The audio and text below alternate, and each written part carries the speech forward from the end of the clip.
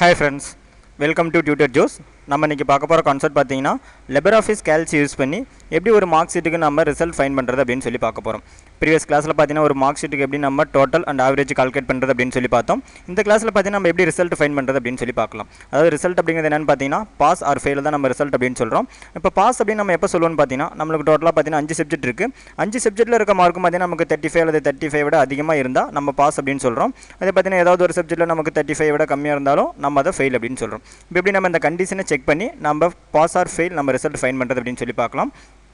இப்போ ஃபர்ஸ்ட் பாத்தீங்கன்னா நம்ம கண்டிஷன் செக் பண்ணனும் இந்த இடத்துல. அதாவது பாத்தீங்கன்னா ஒவ்வொரு சப்ஜெக்ட்லயும் நமக்கு 35 விட அதிகமா இருக்கான்னு சொல்லி நம்ம கண்டிஷன் செக் பண்ணோம். அப்ப கண்டிஷன் செக் பண்ற மாதிரி இருந்தாவே நம்ம பாத்தீங்கன்னா if தான் யூஸ் பண்ணுவோம். அப்ப ஃபர்ஸ்ட் பாத்தீங்கன்னா if அப்படிங்கற கண்டிஷன் இந்த இடத்துல யூஸ் பண்ணிக்கிறேன். Open bracket. பாத்தீங்கன்னா நமக்கு டோட்டலா ஒரு 5 கண்டிஷன் செக் பண்ணோம். அதாவது சப்ஜெக்ட் 1 க்கும் சப்ஜெக்ட் 2 சப்ஜெக்ட் 3 சப்ஜெக்ட் 4 சப்ஜெக்ட் 5 இந்த 5 சப்ஜெக்ட்டுமே நம்ம கண்டிஷன் செக் பண்ணோம். இந்த 5 கண்டிஷனுமே நமக்கு ட்ரூவா இருக்கணும். அப்ப அதுக்காக பாத்தீங்கன்னா இந்த இடத்துல and அப்படிங்கற ஆபரேட்டர் யூஸ் பண்ணிக்கிறேன். and அப்படிங்கற ஆபரேட்டரோட யூஸ் என்னன்னு பாத்தீங்கன்னா நம்ம கொடுக்க போற எல்லா கண்டிஷனுமே ட்ரூவா இருந்தா மட்டும் தான் அதனோட ரிசல்ட் நமக்கு கிடைக்கும். அத பத்தி நமக்கு ட்ரூ அப்படினு கிடைக்கும். அப்படி இல்ல நமக்கு ஃபால்ஸ் அப்படிங்கற ரிசல்ட் கிடைக்கும். பாத்தீங்கன்னா and அப்படிங்கற ஆபரேட்டர் யூஸ் பண்ணிக்கிறேன். ஃபர்ஸ்ட் கண்டிஷன் பாத்தீங்கன்னா நமக்கு சப்ஜெக்ட் 1ல இருக்க மார்க் 35 அல்லது 35 விட அதிகமா இருக்கான்னு சொல்லி செக் பண்றேன். அப்ப ஃபர்ஸ்ட் மார்க் பாத்தீங்கன்னா நமக்கு B4 அப்படிங்கற செல்ல இருக்கு. அப்ப B4 அப்படிங்கற செல்ல இருக்க value greater than or equal 35 ன்னு சொல்லி செக் பண்ணிக்கிறேன். அதாவது 35 அல்லது 35 விட அதிகமா இருக்கான்னு சொல்லி செக் பண்ணிக்கிறேன். அது நமக்கு 35 அப்படினு இருந்தாலும் பாஸ். அதனால 35 இருக்கான்னு சொல்லி செக் பண்ணிக்கிறேன்.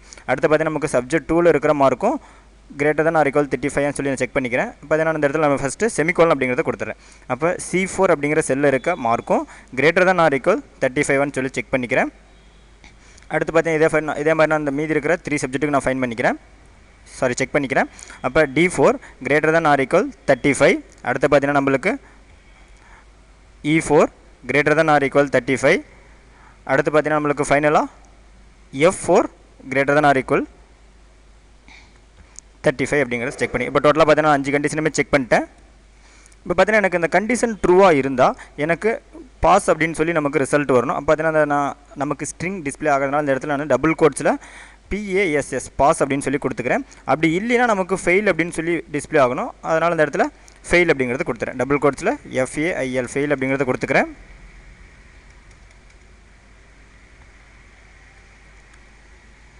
பாத்தீங்கன்னா நான் பிராக்கெட் க்ளோஸ் பண்ணிட்டு என்டர் பண்றேன். நான் பாத்தீங்கன்னா பாஸ் அப்படினு சொல்லி ரிசல்ட் கிடைச்சிருச்சு. ஏன்னா பாத்தீங்கன்னா நமக்கு 5 சப்ஜெக்ட்ல இருக்க மார்க்குமே greater than or equal 35 ஆ இருக்கு.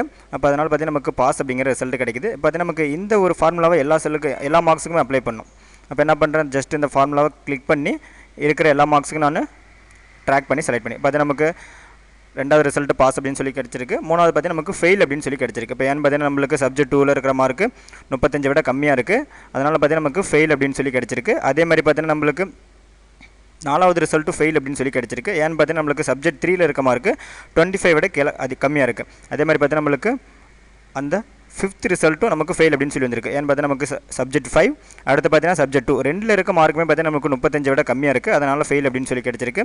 கடைசி இருக்கிறது பாத்தீங்கன்னா நமக்கு பாஸ் அப்படினு கிடைச்சிருக்கு. ஏன்னா பாத்தீங்கன்னா நமக்கு டோட்டலா 5 சப்ஜெக்ட்ல இருக்க மார்க்குமே 35 விட அதிகமா இருக்கு. அதனால நமக்கு பாத்தீங்கன்னா பாஸ் அப்படிங்கற ரிசல்ட் கிடைச்சிருக்கு.